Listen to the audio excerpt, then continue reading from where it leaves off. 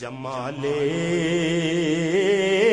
مصطفیٰ یا نظر طیبہ کی گلیوں میں۔ بسم اللہ الرحمن الرحیم۔ الحمدللہ رب العالمین والعاقبۃ للمتقین والصلاة والسلام علی سید الانبیاء والمرسلین وعلی آلہ واصحابہ وازواجہ واہل بیتہ وذریاتہ اجمعین۔ اعوذ باللہ من الشیطان الرجیم۔ بسم اللہ الرحمن الرحیم۔ ان اللہ وملائکتہ یصلون علی النبی یا ایہا الذین آمنوا صلوا علیہ وسلموا تسلیما۔ اللہم صل علی محمد النبی الامی وعلی آلہ وسلم۔ بسم اللہ الرحمن الرحیم۔ رب اشرح لی صدری ویسر لی امری واحلل عقدۃ من لسانی یفقہوا قولی۔ بسم اللہ الرحمن الرحیم۔ وقل جاء الحق وزہق الباطل ان الباطل کان زہوقا۔ آج ہم اپنا درس نمبر 52 پڑھیں گے، اور اس میں سب سے پہلے ہمارے پاس سلسلہ ترغیب و ترہیب ہے۔ اس کا عنوان ہے سنت رسول اللہ صلی اللہ علیہ وسلم۔ حضور اقدس صلی اللہ علیہ وسلم کا بال مبارک میں کنگھی کرنا، اور یہ تمام تر تفصیلات شمائل ترمذی سے لی گئی ہیں۔ آئیے آغاز کرتے ہیں۔ بسم اللہ الرحمن الرحیم۔ بالوں میں کنگھی کرنا مستحب ہے۔ حضور اکرم صلی اللہ علیہ وسلم نے اس کی ترغیب بھی فرمائی اور خود بھی اپنے بالوں میں کنگھا کیا کرتے تھے۔ حضرت انس رضی اللہ تعالی عنہ فرماتے ہیں کہ حضور اقدس صلی اللہ علیہ وسلم اپنے سر مبارک پر اکثر تیل کا استعمال فرماتے تھے اور اپنی داڑھی مبارک پر اکثر کنگھی کیا کرتے تھے، اور اپنے سر مبارک پر ایک کپڑا ڈال لیا کرتے تھے جو تیل کے کثرت استعمال سے ایسا ہوتا تھا جیسے تیلی کا کپڑا ہو، یعنی تیل سے چونکہ کپڑے خراب ہو جاتے ہیں، جو حضور صلی اللہ علیہ وسلم کی نظافت کے خلاف ہے، اس لیے اس کی حفاظت کے لیے حضور صلی اللہ علیہ وسلم ایک کپڑا سر پر ڈال لیتے تھے تاکہ امامہ وغیرہ خراب نہ ہو۔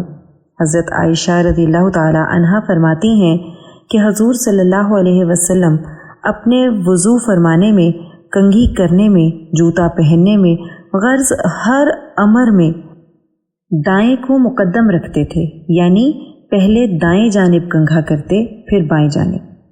مذکورہ حدیث میں جو 3 چیزیں وضو، کنگھی اور جوتا ذکر کی گئی ہیں، کچھ قید نہیں، بلکہ حضور اقدس صلی اللہ علیہ وسلم ہر چیز کی ابتدا دائیں طرف سے کرنا پسند فرماتے تھے۔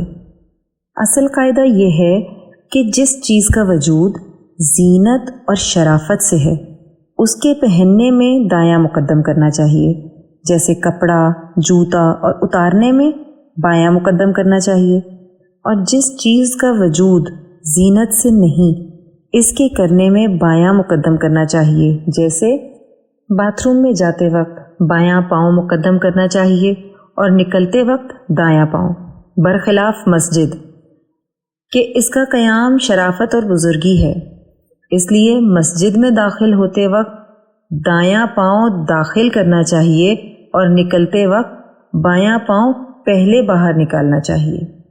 حضرت عبداللہ بن مغفل رضی اللہ تعالی عنہ فرماتے ہیں کہ حضور اقدس صلی اللہ علیہ وسلم کنگھی کرنے کو منع فرماتے تھے، لیکن کبھی کبھی۔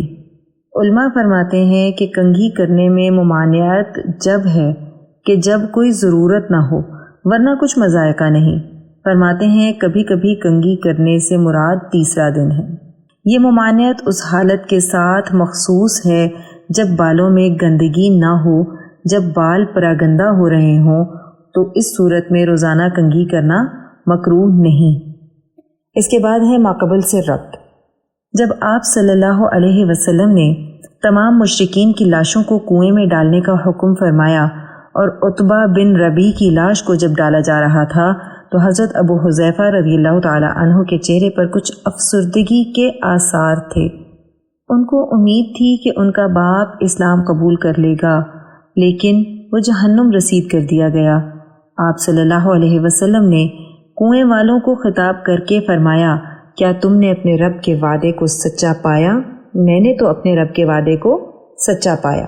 حیثمان بن عبداللہ مکہ میں شکست کی خبر لے کر پہنچا تو مکہ میں ماتم برپا ہو گیا، مگر ابو سفیان نے مکہ والوں سے کہا کہ اگر تم نوحہ کرو گے تو مسلمان تمہارے اس غم سے خوش ہوں گے، لہٰذا کوئی غم نہ منائے۔ ادھر مدینہ شریف میں فتح کی خبر پہنچی، تحلیل و تکبیر سے مدینہ شریف کی گلیاں گونج اٹھیں۔ اسی دوران بنت رسول صلی اللہ علیہ وسلم حضرت رقیہ رضی اللہ تعالی عنہا کا انتقال ہوا۔ جب آپ صلی اللہ علیہ وسلم بدر سے واپس تشریف لا رہے تھے، راستے میں ہی دو قیدی نضر بن حارث اور عقبہ بن ابی معیط کے قتل کا حکم فرمایا۔ ان دونوں طاغوتوں کا قتل کیا جانا ضروری تھا، کیونکہ یہ صرف جنگی قیدی ہی نہ تھے بلکہ جنگی مجرم بھی تھے۔ اب ہماری نیکسٹ ہیڈنگ ہے اسیران بدر کی تقسیم۔ آپ صلی اللہ علیہ وسلم نے مدینہ منورہ پہنچ کر قیدیوں کو صحابہ کرام رضوان اللہ علیہم اجمعین میں تقسیم فرمایا اور ارشاد فرمایا استوصوا بالاسارى خیرا، یہ زرقانی کی حدیث ہے، قیدیوں کے ساتھ بھلائی اور اچھا سلوک کرو۔ چنانچہ صحابہ کرام رضوان اللہ علیہم اجمعین کا یہ حال تھا کہ جن کے پاس قیدی تھے وہ پہلے کھانا قیدیوں کو کھلاتے اور بعد میں خود کھاتے، اور اگر نہ بچتا تو خود کھجور پر اکتفا کرتے۔ مصعب بن عمیر رضی اللہ تعالی عنہ کے بھائی ابو عزیز بن عمیر بھی قیدیوں میں تھے۔ وہ فرماتے ہیں کہ انصار کے جس گھر میں وہ تھے وہاں کا حال یہ تھا کہ صبح اور شام جو تھوڑی روٹی پکتی وہ مجھے کھلاتے اور خود کھجور کھاتے۔ میں شرماتا اور اصرار کرتا کہ روٹی آپ کھائیں، لیکن نہ مانتے اور یہ کہتے کہ رسول اللہ صلی اللہ علیہ وسلم نے ہمیں قیدیوں کے ساتھ حسن سلوک کا حکم فرمایا ہے۔ نیکسٹ ہیڈنگ ہے قیدیوں کا قضیہ۔ جب رسول اللہ صلی اللہ علیہ وسلم فتح یابی کے ساتھ مدینہ شریف میں داخل ہوئے تو شہر مدینہ اور اطراف کے سارے دشمنوں پر آپ صلی اللہ علیہ وسلم کی دھاک بیٹھ گئی۔ اس فتح کے اثر سے بہت سے لوگ اسلام لائے۔ اسی موقع پر عبداللہ بن ابی اور اس کے کچھ ساتھیوں نے بھی دکھاوے کے لیے اسلام قبول کیا۔ قیدیوں کے بارے میں آپ صلی اللہ علیہ وسلم نے صحابہ کرام رضوان اللہ علیہم اجمعین سے مشورہ کیا۔ حضرت ابوبکر صدیق رضی اللہ تعالیٰ عنہ کی رائے۔ حضرت ابوبکر صدیق رضی اللہ تعالیٰ عنہ نے عرض کیا، یا رسول اللہ صلی اللہ علیہ وسلم، یہ لوگ چچیرے بھائی ہیں اور اپنے قبیلے کے لوگ ہیں۔ میری رائے یہ ہے کہ آپ ان سے فدیہ لے لیں، اس طرح جو مال ہم ان سے لیں گے وہ کفار کے خلاف ہماری قوت کا ذریعہ ہوگا، اور یہ بھی ہو سکتا ہے کہ اللہ ان کو ہدایت دے دیں اور وہ ہمارے بازو بن جائیں۔ پھر رسول اللہ صلی اللہ علیہ وسلم نے فرمایا، عمر رضی اللہ تعالیٰ عنہ، تمہاری کیا رائے ہے؟ حضرت عمر رضی اللہ تعالیٰ عنہ کی رائے۔ حضرت عمر بن خطاب رضی اللہ تعالیٰ عنہ نے عرض کیا، یا رسول اللہ صلی اللہ علیہ وسلم، واللہ میری رائے وہ نہیں جو ابو بکر رضی اللہ تعالیٰ عنہ کی ہے۔ میری رائے یہ ہے کہ آپ فلاں کو جو عمر رضی اللہ تعالیٰ عنہ کا قریبی ہے میرے حوالے کریں اور میں اس کی گردن مار دوں۔ عقیل بن ابی طالب کو حضرت علی رضی اللہ تعالیٰ عنہ کے حوالے کریں کہ وہ اس کی گردن ماریں۔ حضرت حمزہ کو اس کا بھائی حوالے کریں، وہ اس کی گردن اڑا دیں، یہاں تک کہ اللہ کو معلوم ہو جائے کہ مشرکین کے لیے ہمارے دل میں کوئی نرم گوشہ نہیں ہے۔ نیکسٹ ہیڈنگ ہے حضرت ابوبکر اور حضرت عمر رضی اللہ تعالی عنہما کی رائے پر نبی علیہ السلام کا فرمان۔ حضرت عبداللہ بن مسعود رضی اللہ تعالیٰ عنہ فرماتے ہیں کہ رسول اللہ صلی اللہ علیہ وسلم نے حضرت ابو بکر اور حضرت عمر رضی اللہ عنہما کی رائے سن کر یہ ارشاد فرمایا، اے عمر رضی اللہ تعالیٰ عنہ، تیری شان نوح علیہ السلام اور موسیٰ علیہ السلام کی سی ہے، جنہوں نے اپنی اپنی قوم کے حق میں یہ دعا کی، ربی لا تذر علی الارض من الکافرین دیارا انکا ان تذرہم یضلوا عبادک ولا یلدوا الا فاجرا کفارا۔ سورہ نوح کی آیت نمبر 26 and 27۔ ترجمہ: اے اللہ، مت چھوڑیے زمین پر کافروں میں سے کسی بسنے والے کو، اگر آپ ان کو چھوڑ دیں گے تو یہ لوگ آپ کے بندوں کو گمراہ کریں گے اور بدکار اور کفر کرنے والے لوگ ان کی نسل سے ہوں گے۔ حضرت موسیٰ علیہ السلام کی دعا: ربنا اطمس علی اموالہم واشدد علی قلوبہم فلا یؤمنوا حتی یروا العذاب العلیم۔ سورہ یونس کی آیت نمبر 88 ہے یہ۔ ترجمہ اس کا یہ ہے: اے پروردگار، مٹا دے ان کے مالوں کو اور مہر لگا دے ان کے دلوں پر کہ یہ لوگ ایمان نہ لائیں یہاں تک کہ دردناک عذاب کو دیکھیں۔ پھر آپ صلی اللہ علیہ وسلم نے فرمایا: اے ابو بکر رضی اللہ تعالی عنہ، تیری شان حضرت ابراہیم علیہ السلام اور حضرت عیسیٰ علیہ السلام کی سی ہے جنہوں نے یہ دعا مانگی۔ حضرت ابراہیم علیہ السلام کی دعا: فمن تبعنی فإنہ منی ومن عصانی فإنک غفور الرحیم۔ سورہ ابراہیم کی آیت نمبر 36۔ اس کا ترجمہ ہے: پس جس نے میری پیروی کی وہ مجھ سے وابستہ ہے، جس نے میری نافرمانی کی تو آپ بڑی مغفرت والے اور بڑے رحیم ہیں، اس کو ایمان کی توفیق دے سکتے ہیں۔ اور حضرت عیسیٰ علیہ السلام قیامت کے دن یہ دعا فرمائیں گے: ان تعذبہم فإنہم عبادک وان تغفر لہم فإنک انت العزیز الحکیم۔ یہ سورہ المائدہ کی آیت نمبر 118 ہے۔ اس کا ترجمہ ہے: اے اللہ، اگر آپ ان کو عذاب دیں تو یہ آپ کے بندے ہیں، آپ ان کے مالک ہیں، اور اگر آپ ان کی مغفرت فرمائیں تو آپ بڑے غالب اور حکمت والے ہیں۔ آپ کی شان رحمت للعالمین صلی اللہ علیہ وسلم نے صدیق اکبر رضی اللہ تعالی عنہ کی رائے کو پسند فرمایا اور قیدیوں کو فدیہ لے کر چھوڑ دینے کا حکم دیا۔ حضرت عبداللہ بن مسعود رضی اللہ تعالیٰ عنہ کی روایت یہ بھی ہے کہ حضرت عبداللہ بن رواحہ رضی اللہ تعالیٰ عنہ نے آگ میں جلانے کا مشورہ دیا، اور حضرت عمر رضی اللہ تعالیٰ عنہ نے عرض کیا: یا رسول اللہ صلی اللہ علیہ وسلم، کذبوک واخرجوک وقاتلوک فاضرب اعناقہم۔ ان لوگوں نے آپ کو جھٹلایا، آپ کو مکہ سے نکالا اور آپ سے قتال کیا، پس آپ ان کی گردنیں مارنے کا حکم دیجیے۔ ترمذی کی روایت ہے یہ۔ حضرت علی رضی اللہ تعالیٰ عنہ فرماتے ہیں کہ جبرائیل امین نبی کریم صلی اللہ علیہ وسلم کی خدمت اقدس میں حاضر ہوئے اور عرض کیا: یا رسول اللہ صلی اللہ علیہ وسلم، اسیران بدر کے بارے میں آپ اپنے اصحاب رضی اللہ عنہم کو اختیار دیں، چاہے قتل کریں چاہے فدیہ لے کر آزاد کر دیں، مگر شرط یہ ہے کہ آئندہ سال تم میں سے اتنے ہی قتل کیے جائیں گے۔ صحابہ رضی اللہ عنہم نے کفار سے فدیہ لینے اور آئندہ سال اپنے قتل ہونے کو اختیار کیا۔ ایک روایت میں ہے کہ اکابر صحابہ رضی اللہ عنہم نے فدیہ لینے کی رائے دی کہ شاید یہی لوگ آئندہ چل کر مسلمان ہو جائیں اور اسلام کے معین اور مددگار بنیں، اور فدیہ سے فی الحال جو مال حاصل ہو وہ جہاد میں مدد دے۔ فدیہ لینے پر عتاب۔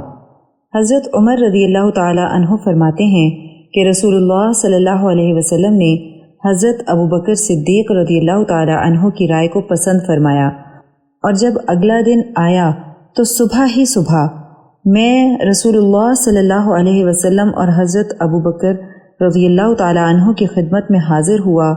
وہ دونوں رو رہے تھے۔ میں نے عرض کیا: یا رسول اللہ صلی اللہ علیہ وسلم، مجھے بتائیں کہ آپ اور آپ کے ساتھی کیوں رو رہے ہیں؟ اگر مجھے بھی رونے کی وجہ مل گئی تو روؤں گا، اور اگر وجہ نہ مل سکی تو آپ دونوں کے رونے کی وجہ سے روؤں گا۔ رسول اللہ صلی اللہ علیہ وسلم نے فرمایا: فدیہ قبول کرنے کی وجہ سے تمہارے اصحاب پر جو چیز پیش کی گئی ہے اسی وجہ سے رو رہا ہوں۔ اللہ سبحانہ و تعالی نے یہ آیت مبارکہ نازل فرمائی: ما کان لنبی ان یکون لہ اسری حتی یثخن فی الارض تریدون ارض الدنیا واللہ یرید الآخرہ واللہ عزیز حکیم لولا کتاب من اللہ سبق لمسکم فیما اخذتم عذاب عظیم۔ یہ سورہ انفال کی آیت نمبر 67 اور 68 ہے۔ اس کا ترجمہ ہے، کسی نبی کو یہ لازم نہیں کہ کسی کو قیدی بنائے یہاں تک کہ زمین میں اچھی طرح خون ریزی ہو جائے۔ تم دنیاوی زندگی چاہتے ہو اور اللہ آخرت چاہتا ہے۔ اللہ غالب اور حکمت والا ہے۔ اگر اللہ کا فیصلہ پہلے نہ لکھا جا چکا ہوتا تو جو کچھ تم نے کہا اس پر بڑا عذاب ہوتا۔ پھر آپ صلی اللہ علیہ وسلم نے ایک قریبی درخت کی طرف اشارہ کرتے ہوئے فرمایا، مجھ پر عذاب اس درخت سے بھی زیادہ قریب پیش کیا گیا۔ ایک روایت میں ہے کہ آپ صلی اللہ علیہ وسلم نے فرمایا، اگر عذاب نازل کیا جاتا تو سوائے حضرت عمر رضی اللہ تعالی عنہ اور حضرت سعد بن معاذ رضی اللہ تعالی عنہ کے کوئی نجات نہ پاتا، کیونکہ سعد رضی اللہ تعالی عنہ کی رائے بھی حضرت عمر رضی اللہ تعالی عنہ کی رائے کے موافق تھی۔ خلاصہ کلام، حضور پرنور صلی اللہ علیہ وسلم اور صدیق اکبر رضی اللہ تعالی عنہ نے جو فدیہ کی رائے کو پسند فرمایا، اس کا منشا محض صلہ رحمی اور رحم دلی تھا۔ معاذ اللہ آپ صلی اللہ علیہ وسلم اور صدیق اکبر رضی اللہ تعالی عنہ کے سامنے ذرہ برابر بھی مالی فائدہ پیش نظر نہ تھا۔ بارگاہ رسالت صلی اللہ علیہ وسلم میں تو پوری دنیا کا وجود اور عدم برابر تھا، ان کی فدیہ کے چند دراہم پر کیا نظر ہوتی؟ فَإِذَا لَقِيتُمُ الَّذِينَ كَفَرُوا فَضَرْبَ الرِّقَابِ حَتَّى إِذَا أَثْخَنْتُمُوهُمْ فَشُدُّوا الْوَثَاقَ فَإِمَّا مَنًّا بَعْدُ وَإِمَّا فِدَاءً حَتَّى تَضَعَ الْحَرْبُ أَوْزَارَهَا۔ سورہ محمد کی آیت نمبر 4۔ اس کا ترجمہ ہے، پس کافروں سے جنگ کرو تو ان کی گردنیں مارو یہاں تک کہ ان کا خون بہا چکو تو ان کو قید کرو، اور قید کرنے کے بعد یا تو ان پر احسان کرو یا ان سے فدیہ لے لو، اور یہ حکم اس وقت تک ہے جب لڑائی اپنے ہتھیار ڈال دے۔ اللہ رب العزت کے اس ارشاد پاک سے واضح ہے کہ جب تک اللہ کے دشمنوں کی اس قدر خونریزی نہ ہو جائے کہ لڑائی اپنے ہتھیار ڈال دے اور حق کی ہیبت اور دبدبہ قائم ہو جائے، اس وقت تک فدیہ لینا جائز نہیں۔ اسلام کی شوکت، ہیبت، رعب اور دبدبہ قائم ہو جانے کے بعد اگر فدیہ لے کر آزاد کر دیں تو کوئی مذائقہ نہیں۔ مقدار فدیہ، فدیہ کی مقدار حسب الحیثیت 1000 درہم سے 4000 درہم تک تھی، اور جو لوگ نادار تھے، فدیہ ادا نہیں کر سکتے تھے، وہ بلا کسی فدیے کے آزاد کر دیے گئے، اور جو قیدی لکھنا جانتے تھے ان سے یہ شرط ٹھہری کہ 10 بچوں کو لکھنا سکھا دیں اور آزاد ہو جائیں۔ حضرت زید رضی اللہ تعالیٰ عنہ نے اسی طرح لکھنا سیکھا تھا۔ آج بس یہیں تک پڑھیں گے، آئیے دعا کر لیتے ہیں۔ اللہم صلی علی محمد النبی الامی وعلی آلہ وسلم۔ اے اللہ، ہماری اس کاوش کو قبول فرمائیں اور اس کو ہماری بخشش کا ذریعہ بنا دیں۔ اس کو قیامت تک امت کے لیے ہدایت اور عشق نبی صلی اللہ علیہ وسلم کا ذریعہ بنا دیں۔ اے اللہ، جو کچھ پڑھا سنا اس کا ثواب نبی کریم صلی اللہ علیہ وسلم کو تحفتاً، ہدیتاً، نذرانتاً، محبتاً، عقیدتاً پیش کرتے ہیں، قبول و منظور فرما لیں۔ نبی کریم صلی اللہ علیہ وسلم کی برکت سے اس کا ثواب تمام انبیاء کرام، خلفائے راشدین، امہات المؤمنین، اہل بیت اطہار، صحابہ کرام، صحابیات، بزرگان دین، اولیاء اللہ، شہداء، صدیقین، صالحین، مؤمنین، مؤمنات، مسلمین، مسلمات کو پیش کرتے ہیں، قبول و منظور فرما لیں۔ الہی، اس کا ثواب سلسلہ قاسمیہ، عزیزیہ، نقشبندیہ، مجددیہ کے تمام بزرگان، بالخصوص شیخ الاولیاء حضرت مولانا مہر محمد صاحب رحمۃ اللہ علیہ، شیخ الحدیث حضرت مولانا عبدالحکیم صاحب رحمۃ اللہ علیہ، اور شیخ الاسلام حضرت مولانا محمد عبدالعلیم قاسمی صاحب رحمۃ اللہ علیہ کو پہنچا دیں، اور ہمارے بزرگان کے درجات کو اور بھی زیادہ بلند فرما دیں۔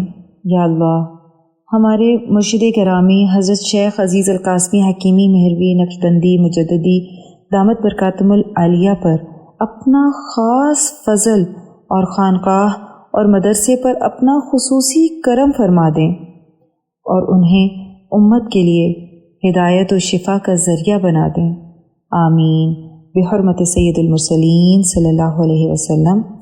سبحان ربک رب العزت عما یصفون وسلام علی المرسلین والحمد للہ رب العالمین۔ جدھر دیکھی اسی ماہ مبیں کی چاند